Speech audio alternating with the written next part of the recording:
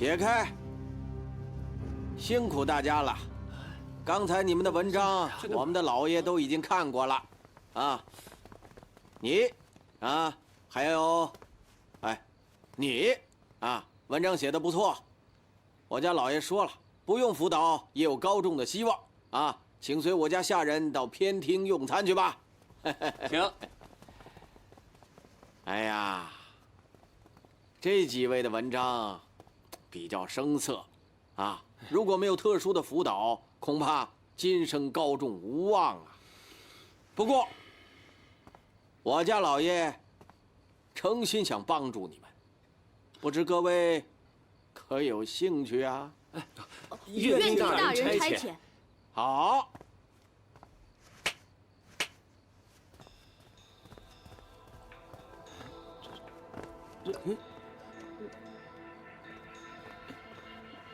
这些东西呢，都是我家老爷精心收藏的，啊，现在都卖给你们，哎，每一件1000两。1000两，这些都是地摊上的普通货色，怎么会这么贵啊？就是啊。你把手伸进花瓶里，看看是什么呀？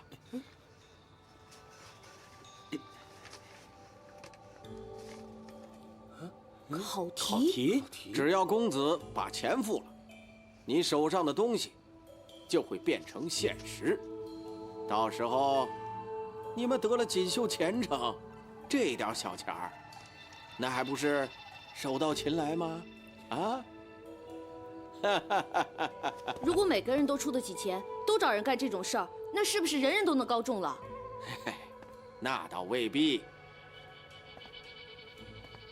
1000两有1000两的做法，10万两有10万两的做法。我们怎么可能有10万两呢？是啊，愿闻其详。好，这位公子，随我里边谈，请。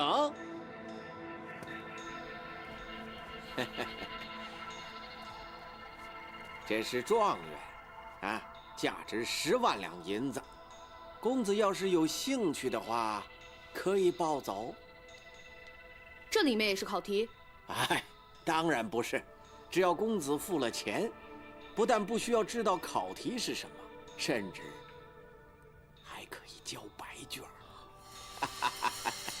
到时候这名单上的第1名，可就是你的啦。哪有那么好的事情啊？给我看看。哎，这是什么呀？哦，公子稍安勿躁，稍安勿躁，听小的给你解释。那让人一下子拿出10万两银子，肯定谁都会不放心，啊，万一要是收不到，或者是丢了钱，那不损失很大。所以我家老爷想了个法子，啊，只要公子先付1万两银子，啊，然后写上欠大人9万两银的欠据，哎，便可高枕无忧了。那如果我写了这个欠据，又没有中状元，那不还要还他钱吗？哎，不，公子大可不必担心啊！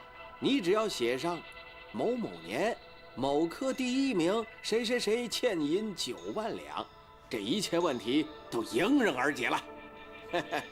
呀，你们做的挺天衣无缝的。哎，怎么样，公子，有兴趣了吗？那这个第1名，我要了。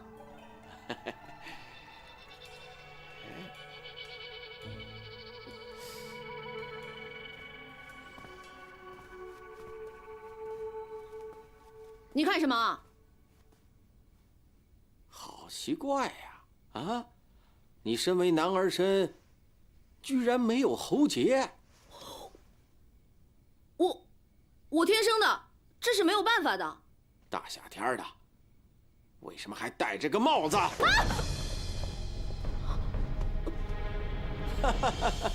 原来是个女子。女的就不能做官了吗？本来只要有钱也没什么，不过这事儿太不合常理了，我们也不敢冒这个险。那只有对不起姑娘您了。来人，在，抓起来！哎，是。你们要干什么？走。哎，放开我！放开我！哎，你们出去了一整天，是不是有辆马车把你们带走了？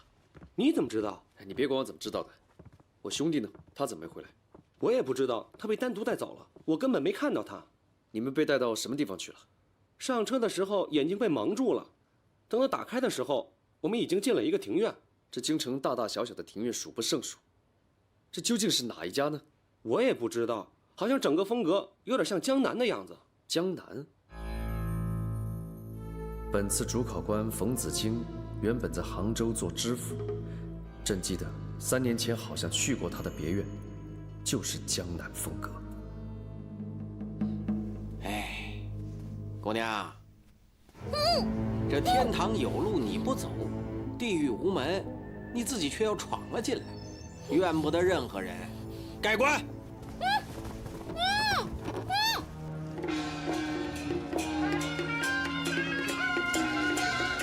各位大哥，不好意思，问个路，冯子京冯大人的别院怎么走啊？我不知道。我是冯大人的亲戚，是来投亲的。投亲不走正院，是皇上的声音。这也太奇怪了吧！本来是走正院的，他们说冯大人跟夫人来别院了，这才找过来。拜托了。好吧，你从这里往前走，拐几个弯，再走1里路就到了。听明白了吗？啊，明白了。谢谢。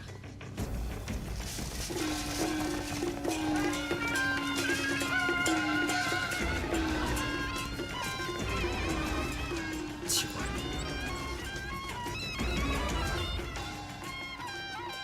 怎么会有血？哎，赶快把这个女人埋了，快回去！哎，整天都是这种脏活累活。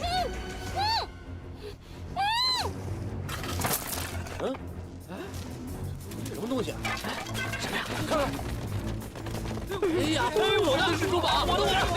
别想着吃我，我这才到哪是我的？你别抢！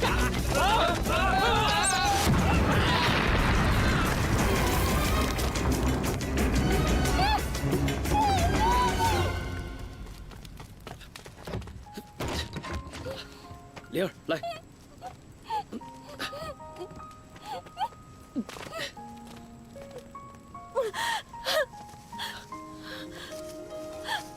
皇上，你怎么才来啊？吓死我了！别怕，别怕，我不是来了吗？来，来，让我看看，疼吗？急死我了！科举舞弊一案，主考官和副考官以及家属发配边疆。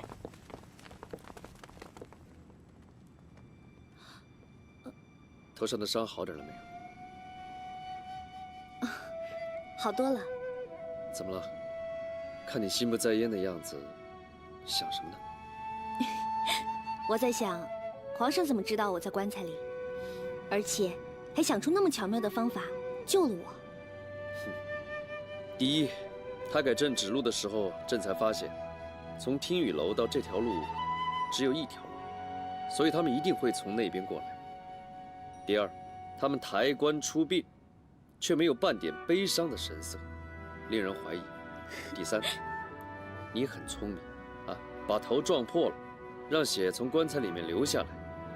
原来如此，我本来还以为皇上只会骂骂人、管管事儿，没想到还有这么敏锐的洞察力和处变不惊的定力。现在是不是觉得朕有那么多的好啊？一点点吧。啊，才一点点啊？那如果朕的招数都用完了，该怎么办呢？那皇上再好好想想吧。朕不管，朕就当通过考核了。走吧。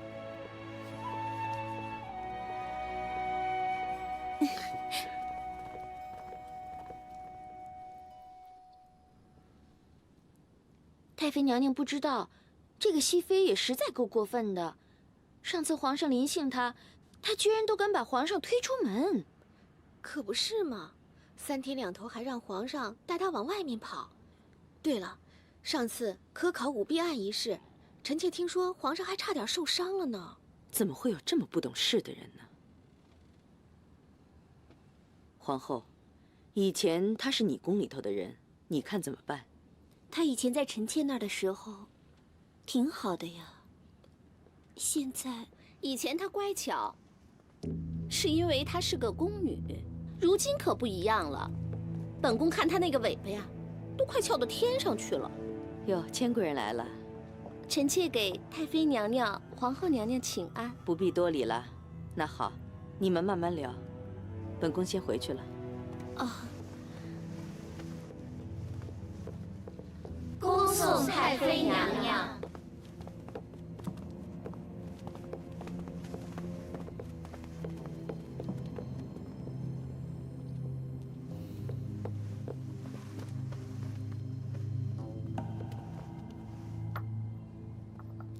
皇后娘娘啊，您实在是太善良了，您根本不知道那个女的有多坏。您以为她帮您把宫里的陈设换了，又帮您设计新的发饰，是为了您好啊？其实，她是想趁机接近皇上，勾引皇上。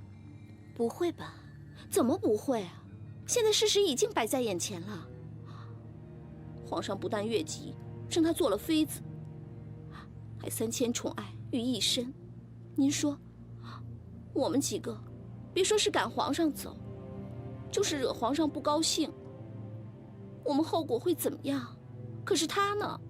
他倒好，恃宠生骄，完全不顾及祖宗的家法。皇后娘娘，您真的要好好管管了。你要是不管，那我们这些后宫做妃子的，就真的没有活路了。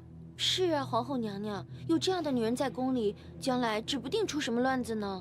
就是啊，皇后娘娘，你看她那狐媚的样子，看着就不舒服。是得好好管管了。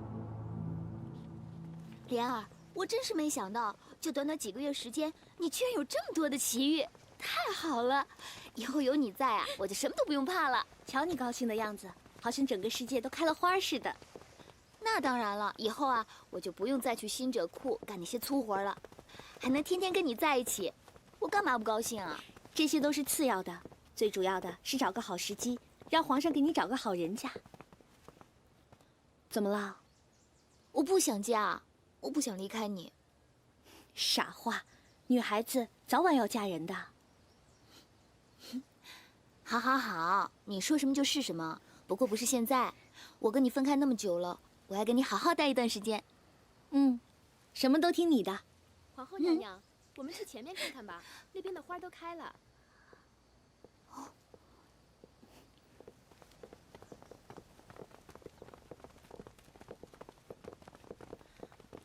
皇后娘娘吉祥。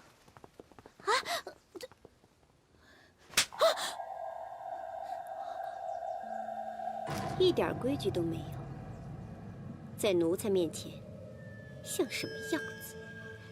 娘娘，还敢站起来？说你不懂规矩，你就是不懂规矩。皇后娘娘，熹妃娘娘她已经向娘娘行礼了，她这样蹲着会很难受的。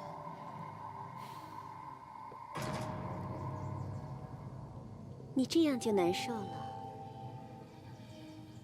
那你加注在本宫身上的一切，又该如何算呢？娘娘，臣妾没有啊！还说没有？你鼓动本宫更换陈设，购买珠宝，本宫还真以为你是为了本宫好呢。原来你是想把皇上的注意力都吸引到你的身上。你把本宫当成踏板了，真是太可笑了。娘娘，你最好给我识相一点，否则你加注在本宫身上的一切，本宫一定会双倍奉还。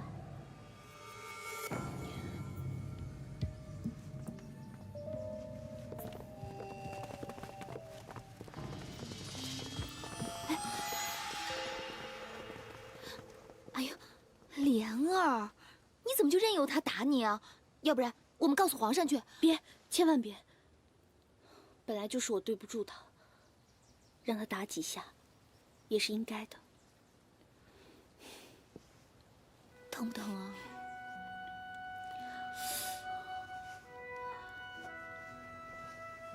哎呀，苏公公，还看得出来吗？还好还好，打的不是很重，不然就算咱们有心替他隐瞒，皇上也一眼就看出来了。苏公公，你说这该怎么办啊？皇后娘娘这样误会我下去，这个结就很难打开了。这个嘛，皇后娘娘在宫内一向宅心仁厚，令人尊敬，她能做出这么出格的事儿，我想她真的是气坏了。没准儿过些日子她想通了，不就好了？但愿吧。对，我这有篇文章，得了空，你给皇上念念。这是什么啊？李卫写的。李卫，我差点忘记了，我答应过他要向皇上举荐他的。是。这个东西就放在我这儿，我见机行事吧。这。皇上驾到！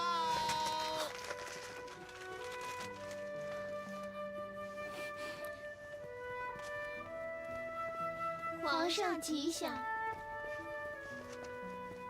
皇上吉祥！皇上吉祥！爱妃，快请起。小圣子，在。你先下去。这。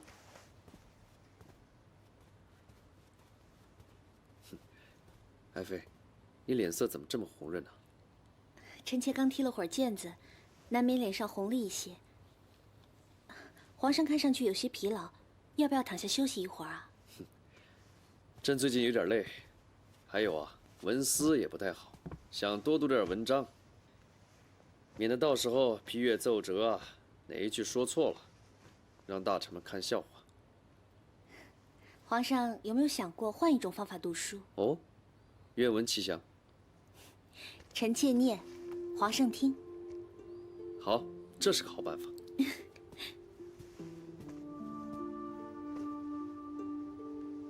治国之道在于亲民，水可载舟，亦可覆舟。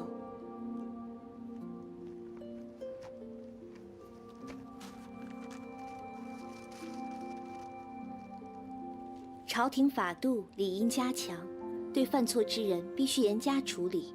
只有法度加强了，才能约束那些蠢蠢欲动的心。哎，莲儿，此文章不像是朕给你的书里的那些内容啊。臣妾闲得无聊，就去上书房拿一些文章来看，凑巧就看到了这一篇。臣妾觉得他的文法还不错。写这篇文章的人叫李卫。莲儿，此文章呢锋芒太露，颇有心机，虽小有注意，却难当大任。咱们以后这种文章还是少读为妙。是。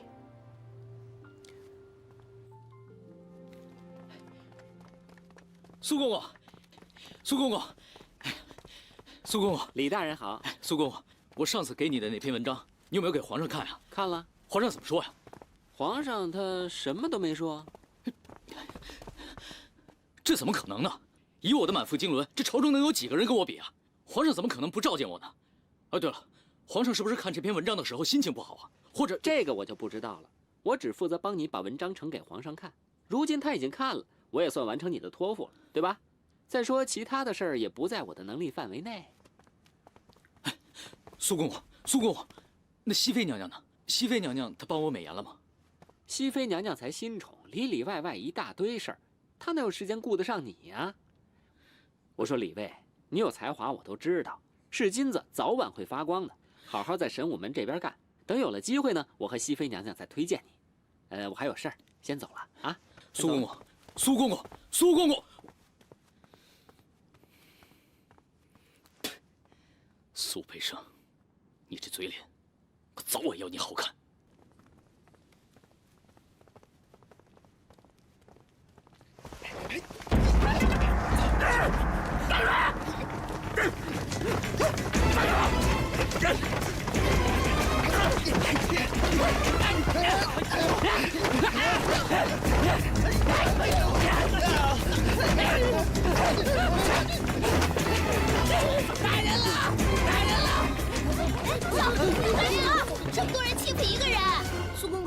事吧？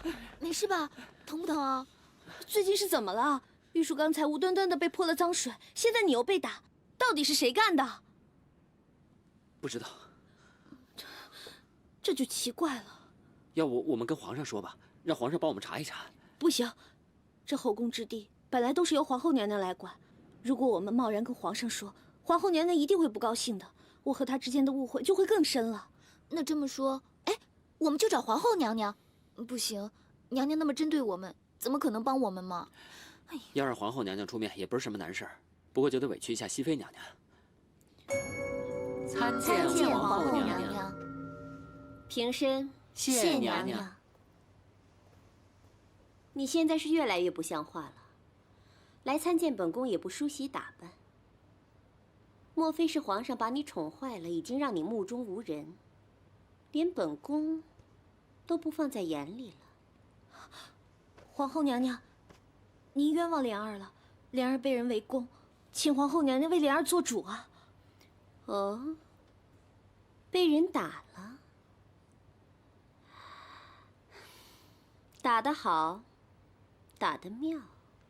娘娘，你现在受的只不过是皮肉之苦，可是本宫呢？本宫身为皇后，掌管着后宫大权，可是皇上却很少来这儿。本宫心里的苦，心里的痛，谁能知道啊？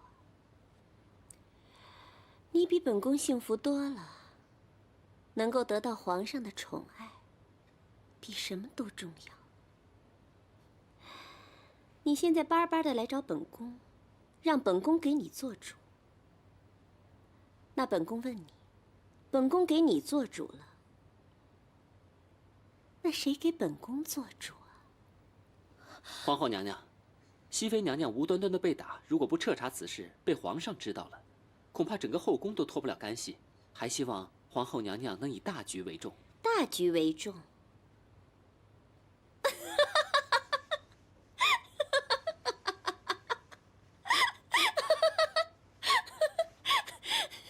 你是在教本宫怎么做皇后吗？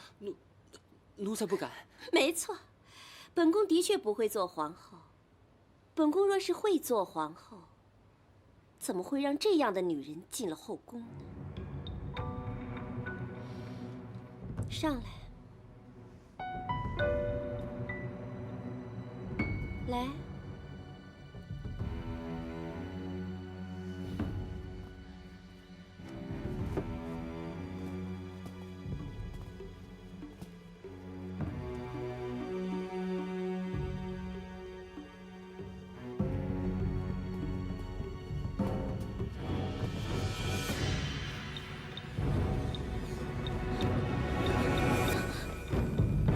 你整出这么多事儿来，不就是想坐上这个位置吗？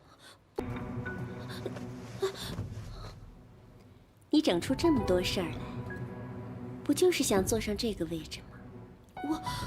没关系，本宫成全你。你现在就可以向皇上禀报，说你被人打了，本宫坐视不理，可以让皇上借着这个由头把本宫给废了。这位置就是你的了。娘娘，我没有啊。皇上驾到！参见皇上。臣妾参见皇上。平身。谢皇上。谢皇上。熹妃也在啊。臣妾是来陪皇后娘娘聊聊天的。哦，看你们姐妹情深，朕非常的高兴。皇上一定是来找熹妃娘娘的吧？我们姐妹两个已经聊得差不多了，臣妾这就命人去送熹妃娘娘和皇上去储秀宫。皇后，朕是来看你的。熹妃，你归安吧。臣妾告退。奴婢告退。奴才告退。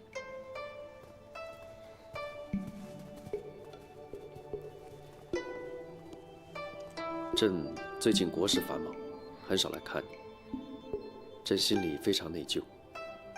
朕今晚就不走了，留下来好好的陪你聊聊天。这怎么了？没事儿，臣妾只是太高兴了。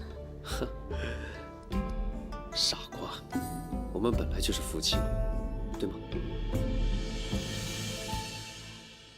这夜荷花呀，只有在夜深人静、有月光的时候才会开，所以在晚上浇它呀，它才会长得更好。莲儿，你怎么还有心情在这浇花啊？这皇上都跑到皇后那儿去了。那又怎么样？皇后也是皇上的妻子呀。可是皇上他不是最宠你的吗？我之前看你们那么好，我还以为他会一直留在这儿呢。哎呀，这男人的心变得这么快，一眨眼的功夫就又跑到别人那儿去了。可能这个世上的男人都是这样吧。女人的心很小，往往只能装下一个人，可男人的心却很大，可以装下好多人。谁说的？朕的心很小，只能容纳莲儿一个人。皇上吉祥。都起来吧，让你受委屈了。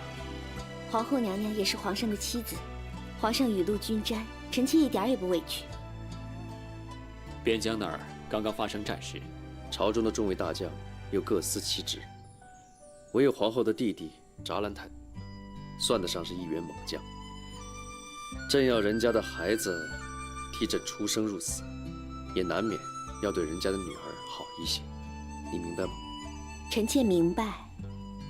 没几天就出征了，朕怕你多心，特地过来告诉你一声，回头好好补偿补偿你。皇上啊，您还是要以国事为重，不用总是挂念臣妾。还是你最懂事。你知道吗？朕是趁皇后娘娘熟睡的时候跑过来的，朕得马上回去。你觉得是不是该给朕一点表示呢？怎么表示？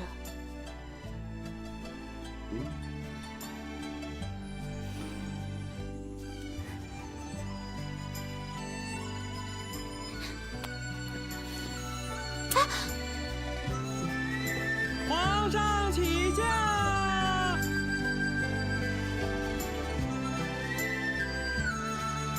皇上贵为天子之尊，居然还能这么做。莲儿，你真是好福气。我也这么觉得。那以后我也要找一个像这样的男人。你会的。苏公公，最近这几天没什么事儿了吧？皇上去了皇后那里，就好多了。奴才派人查过了，是各宫里的妃子们弃娘娘过于受宠，故意联合起来殴打奴才们出气的。这深宫真可怕，集宠于一身，就等于集怨于一身。是我连累你们了。奴才能有今天都是娘娘给的，奴才不委屈。况且奴才在宫中这么多年了，要解决这点问题也不是什么难事儿。你有什么好办法？我打算先找几个小太监，把各个妃子贴身的侍卫都打一顿，各个妃子心里有鬼，自然不敢声张。时间一久，他们怕惹麻烦，肯定就都不敢动手了。你呀，以后做事小心一点，千万别出什么差错。这。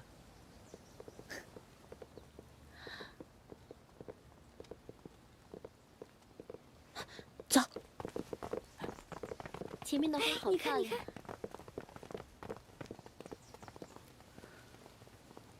皇后不喜欢我们，我们还是躲远点比较好。哎，你们瞧，娘娘今天的气色多好啊！可不是嘛，皇上天天去娘娘那儿，娘娘心情好，自然呀，脸色也红润多了。是啊，有吗？本宫觉得，只是最近呢睡得比较好而已。瞧瞧，娘娘害羞了，娘娘害羞了。有什么大不了的？不过才几天而已。千贵人，大家这么开心，你说什么呢？我没说什么呀。娘娘，我是替您不平。不平？是啊。臣妾听说呀，皇上是要皇后的弟弟到边疆那儿去打仗，所以才对皇后好的。啊，等将士们一出征啊，皇上就不再去坤宁宫了。你胡说！我也是听说的，是不是胡说？娘娘自己最清楚了。哎，你们想啊，皇上一直都宠着储秀宫那一位，这好端端的，怎么又忽然跑到坤宁宫去了呢？是不是也太快了点儿？不逛了，今儿都逛了一天了，本宫这身子也乏了。走了，回去吧。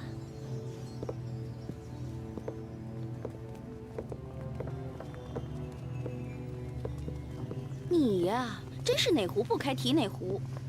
就算是这样，你就不能让皇后娘娘多开心2天呀？我也是实话实说呀，免得让娘娘空欢喜一场，到头来还是难过。走。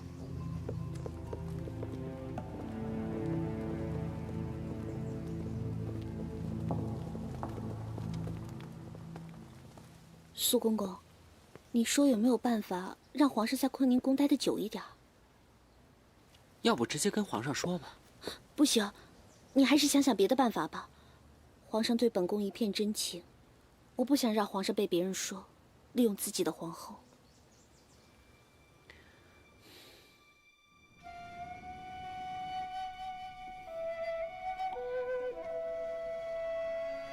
这样不会有害吧？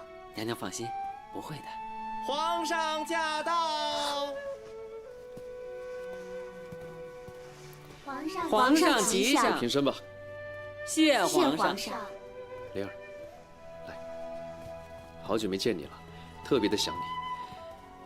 本来好不容易等到将士们出征了，你身子又不方便，现下好了吧？臣妾的身子还是有些不方便。还不方便？都7、8天了，会不会是生病了？来人，宣太医。皇上，不用了，臣妾自己的身子自己清楚，休息几天就没事了。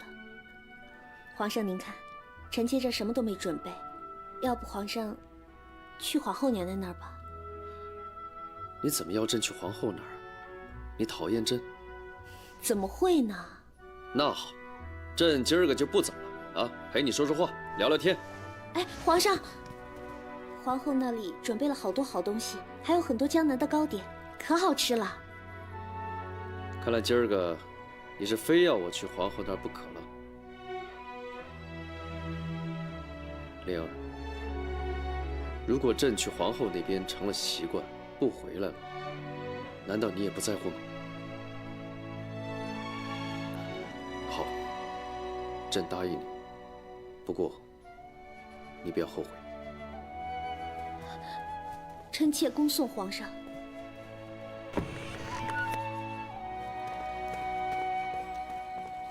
哟，这不是李公公吗？这么急上哪儿去？我随便溜达溜达。溜达溜达。这黑灯瞎火的，有什么好溜达的？哦，我知道了，是皇上来了储秀宫，你想找机会巴结一下，是不是啊？您瞧瞧，这什么事儿都瞒不过您那双金睛火眼，是不是？当然了，在太监房的时候蒙您照顾了，以后我会一桩一桩、一件一件的报答回来。不了解您哪儿成啊？哎呦，苏公公，您看看，小的呀，以前是有眼不识泰山，错把那金镶玉当成狗屎。要不今儿个我自个儿罚自个儿，您看成吗？哎呦，哎呦，这不疼不痒的，我都懒得看了。哎呦，苏公公，我使劲儿，使劲儿打。嘿，嘿，哎呀，哎呀，苏公公，您看。这成吗？啊！哟，这小脸打的，疼吗？疼。疼？真的疼。趴下。啊！我叫你趴下，你没听见吗？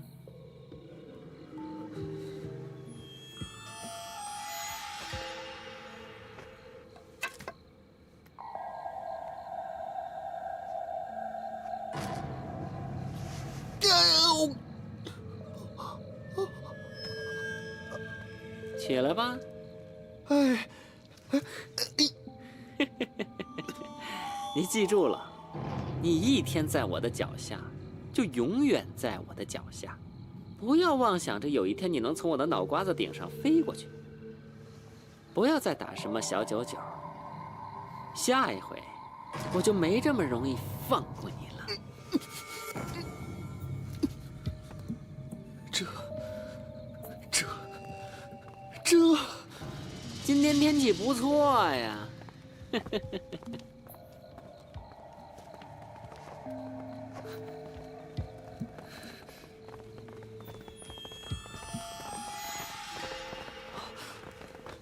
参见皇上。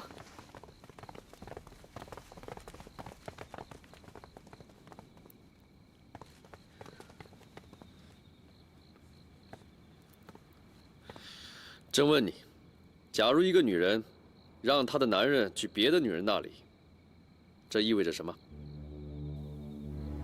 苏培盛啊，苏培盛，你不就是仗着熹妃娘娘吗？如果你的后台倒了，我看你还能得意到什么时候？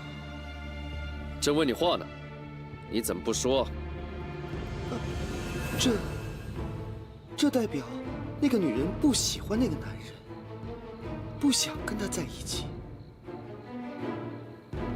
没错，朕也这么想，朕也是这么想的。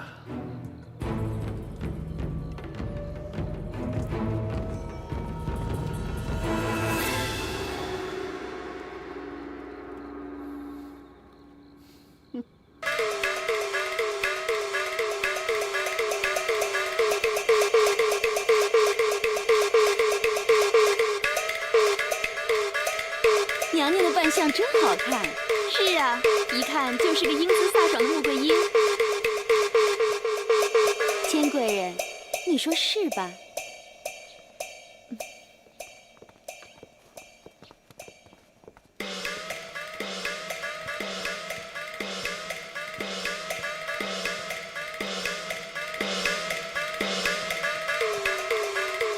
皇后娘娘吉祥。田生，他怎么了？真扫兴。是本宫叫他来的。后宫里面这么多姐妹，理应互敬互爱，和睦相处。熹妃，你说不是吗？是。皇后娘娘可真大度。可是她嘴上说是，心里也不知道是不是这么想的。哼，以前可能会，现在就未必了。现在呀，皇上都不去她那儿了。你们说，她除了说是，还会说别的吗？行了行了，你们都别说了。来吧，千贵人，跟本宫对对枪。是。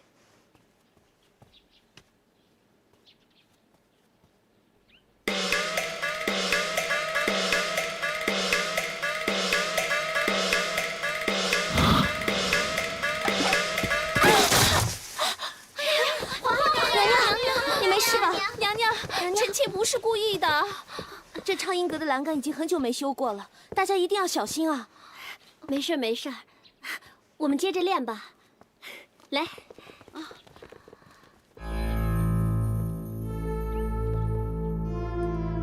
这香，这衣服，还有这茶点，都跟储秀宫的一模一样。如果所有的条件都一样，本宫一定会比他强。参见千贵人。是皇上来了吗？皇上今儿又去皇后娘娘那儿了。什么？军队都已经出征了，皇上为什么还去那个女人那儿？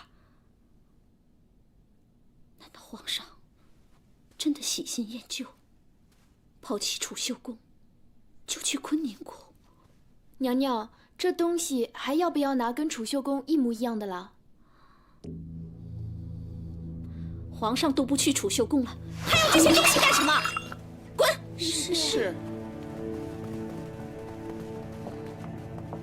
现在当务之急，就是要除掉每一个对手，每一个。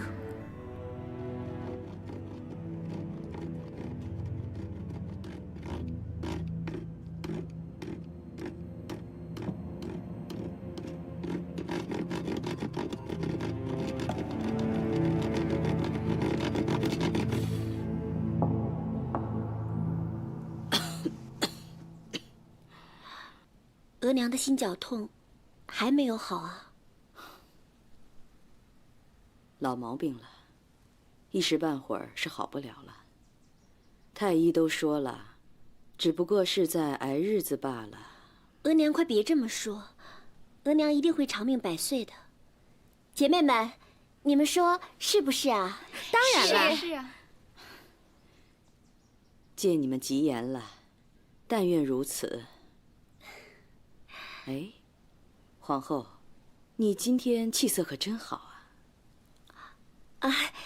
臣妾听太医说啊，人要多活动，精神才会好。于是最近臣妾没事便去唱唱戏，练练功。这日子久了，饭也吃得香了，觉也睡得沉了，身上的小毛病啊都没有了。真的吗？真的。额娘也可以试一试啊，兴许能把身上的病全都治好了呢。本宫确实有好长一段时间都没有出门了。今天听你说起这个，倒是把本宫听戏的瘾给勾起来了。不如我们去畅音阁瞧瞧吧。好啊。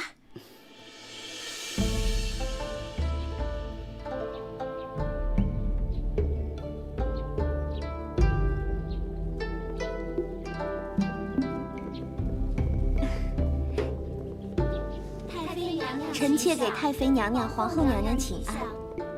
平身。谢太妃娘娘。哟，这不是熹妃吗？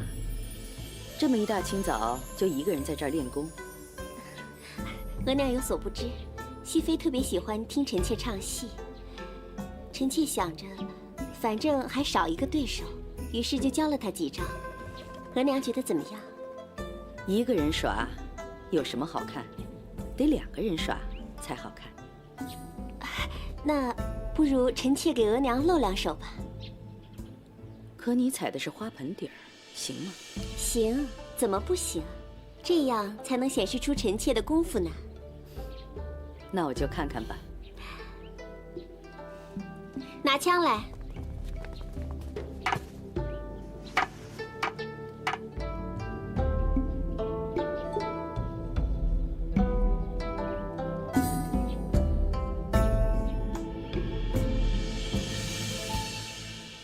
皇上！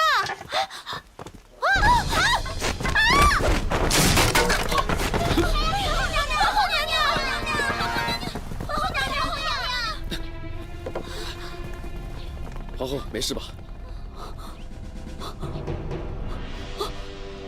皇上，我没事儿。你怎么那么不小心啊？你是不是故意的？你故意想害皇后娘娘，让皇上和太妃娘……太妃娘娘！太妃娘娘！额娘！太妃娘娘！额娘！太妃娘娘！皇后娘！太妃娘娘！传太医！皇后娘娘！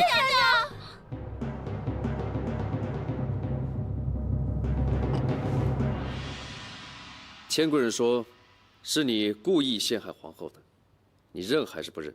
臣妾是什么样的人，皇上最清楚了。皇上觉得呢？好，朕知道了。你先下去。是。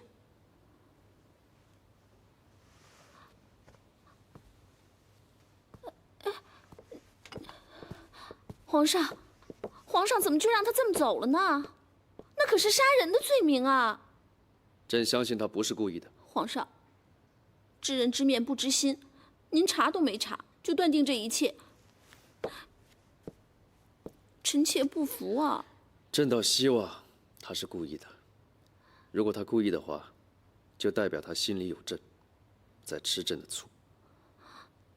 皇上，这不可能吧？对了，太妃娘娘的病怎么样了？臣妾是跟着皇上一起过来的，也还不知道。你先回宫吧，朕过去看看。皇上，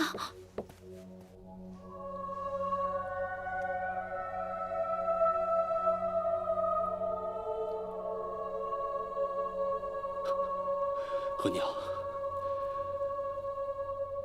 额娘，请醒，醒看看儿子。皇皇上，额娘怎么样了？太医说皇额娘本来身体就不好，这次又受了惊吓，恐怕……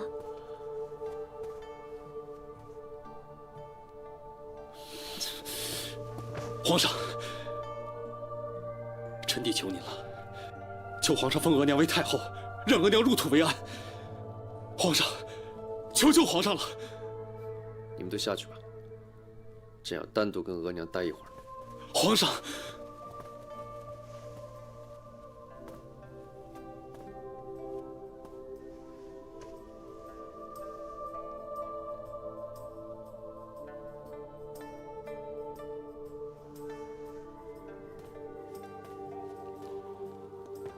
关门。这。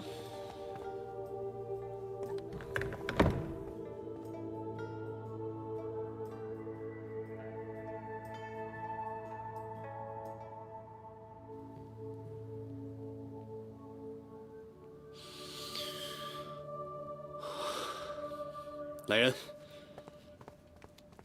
奴才在。皇上有旨，册封秦太妃为太后。 100年后随先帝入葬。这，王爷，刚才皇上并没有这样说。王爷这样做的话，那可是假传圣旨啊。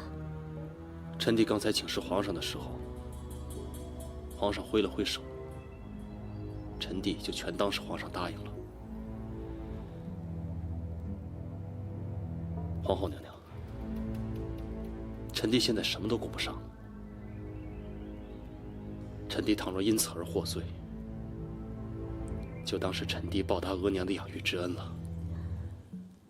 臣弟要去准备册封之事了，告辞。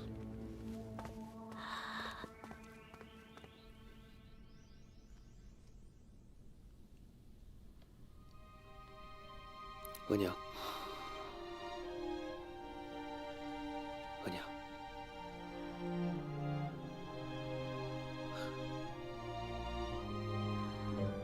老十七，你怎么又跑来了呢？本宫把所有的东西都给了你。皇上生性多疑，要是让皇上知道你总往我这儿跑，会生出嫌隙来的。额娘。 是我，皇上。额娘，朕在你心里是这么的不堪吗？不是，不是这样的。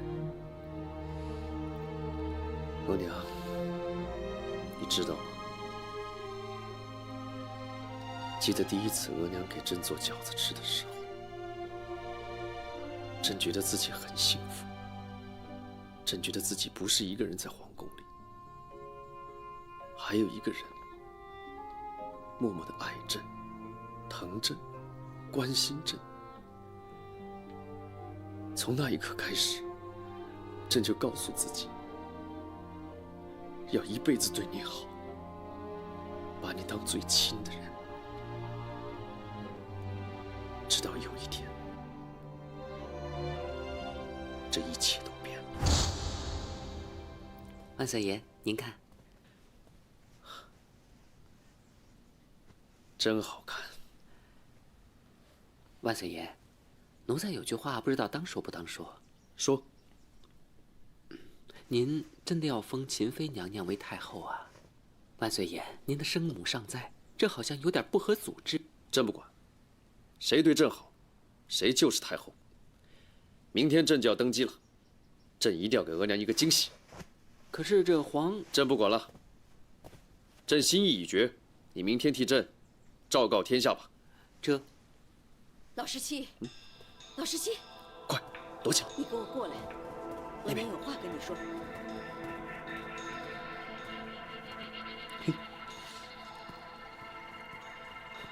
老十七，额娘，儿臣真不明白。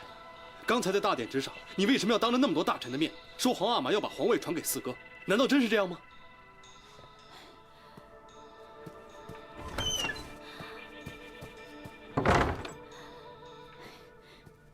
然不是了。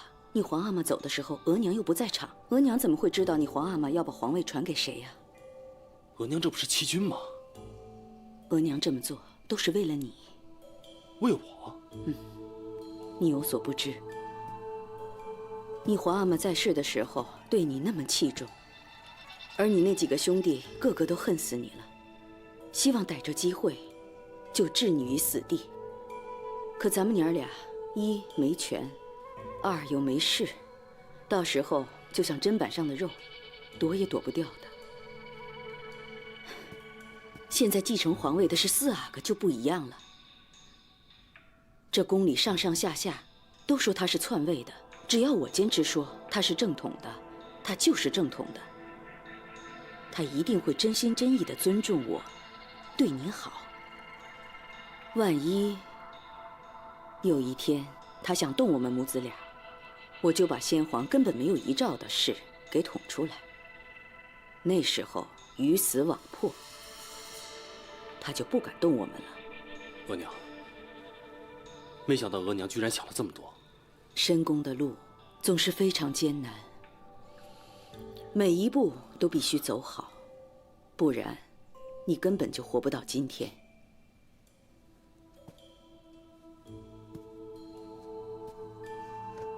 老17，额娘希望你能把你火爆的脾气收敛一点，让自己平和一些。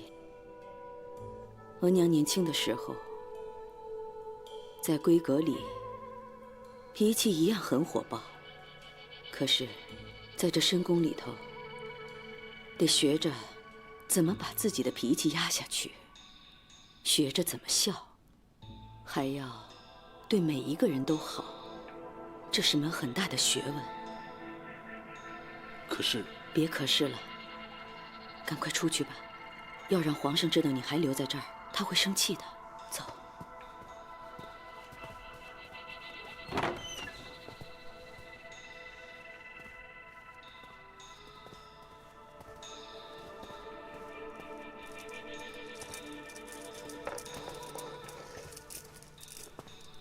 皇上，这封太后的圣旨还要下吗？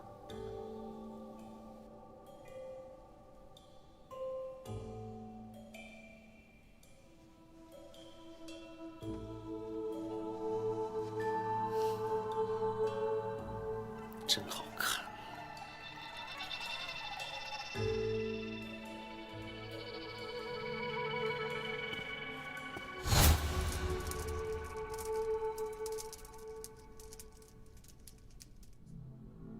原来是这件事。这么多年来，本宫一直在想，为什么皇上突然对本宫的态度发生转变了？朕多次想来寿康宫看额娘，想吃额娘包的饺子，想陪额娘一起听戏。可是因为这件事情，朕的脚步就迈不出了。朕怎么也想不到，从小到大，额娘一直疼爱朕，居然都是假的。不是的，不是假的。皇上，您还记得吗？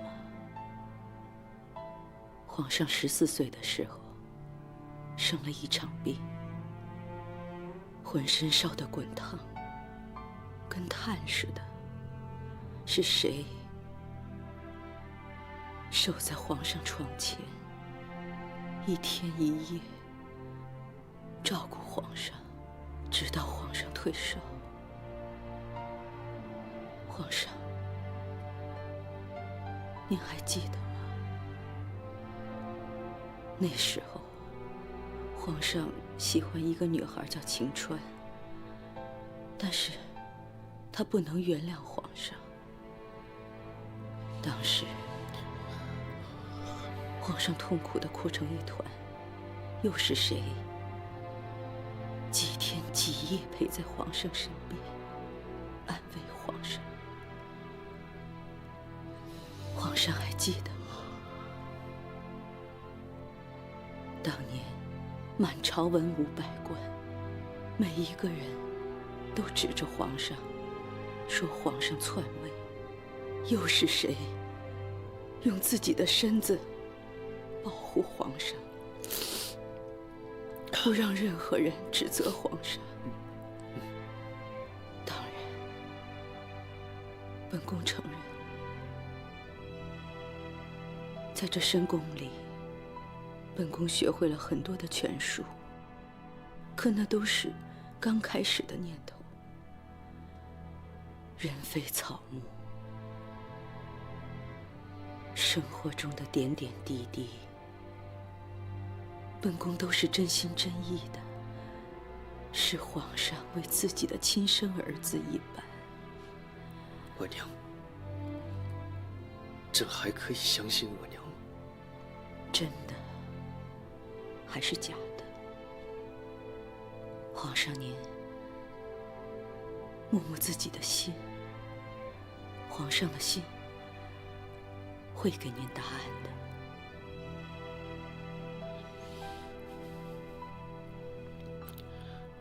好，朕相信额娘。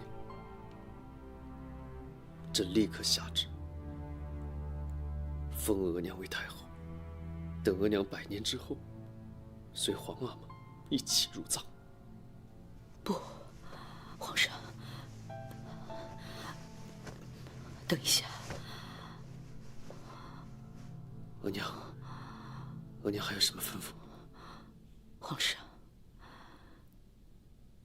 本宫已经想通了，人死如灯灭，能不能随先帝葬在一起已经不重要。本宫在此只想求皇上一件事情，最后的一件事情。如果皇上能够答应的话，本宫死也瞑目了。额娘，请说。无论发生任何事情，都要保老17一条命，千万不要杀他。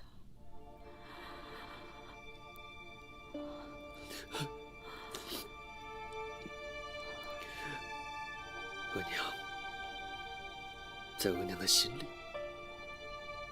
朕就是一个杀人狂魔吗？如果是的话，那额娘刚才给朕所说的话，朕就当是一出戏了。额娘只有一个目的，就是想给老17争取一块免死金牌。朕明白。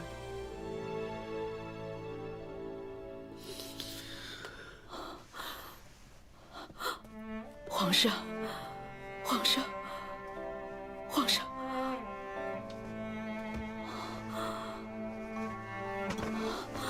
皇上，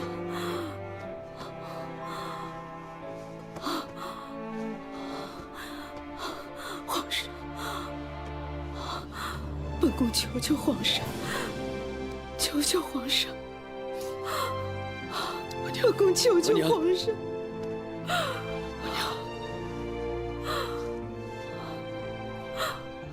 好吧，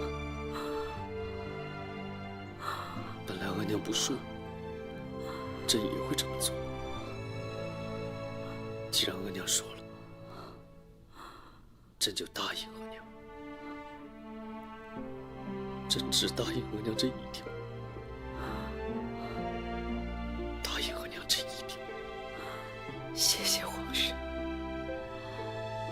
谢谢皇上。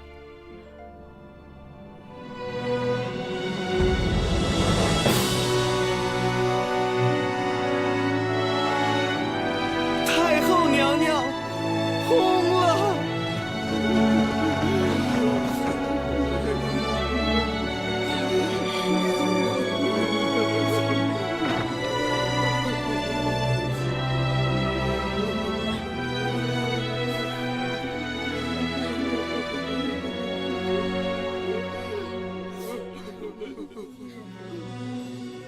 众大臣怎么来了？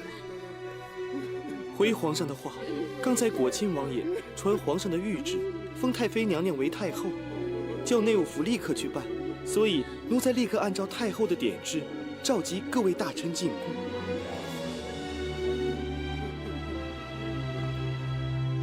朕没有说过。这是果亲王爷他。朕没有说封太妃为太后，叫他们立刻回去。皇上息怒，奴才立刻去办。皇上没有封太妃娘娘为太后，众位大人请回吧。全部都滚！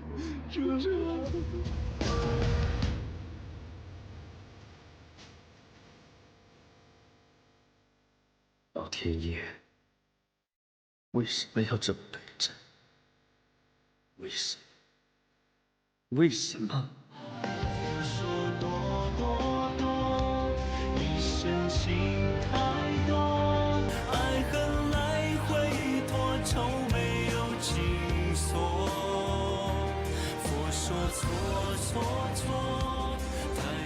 莲儿，朕的世界里就只有你。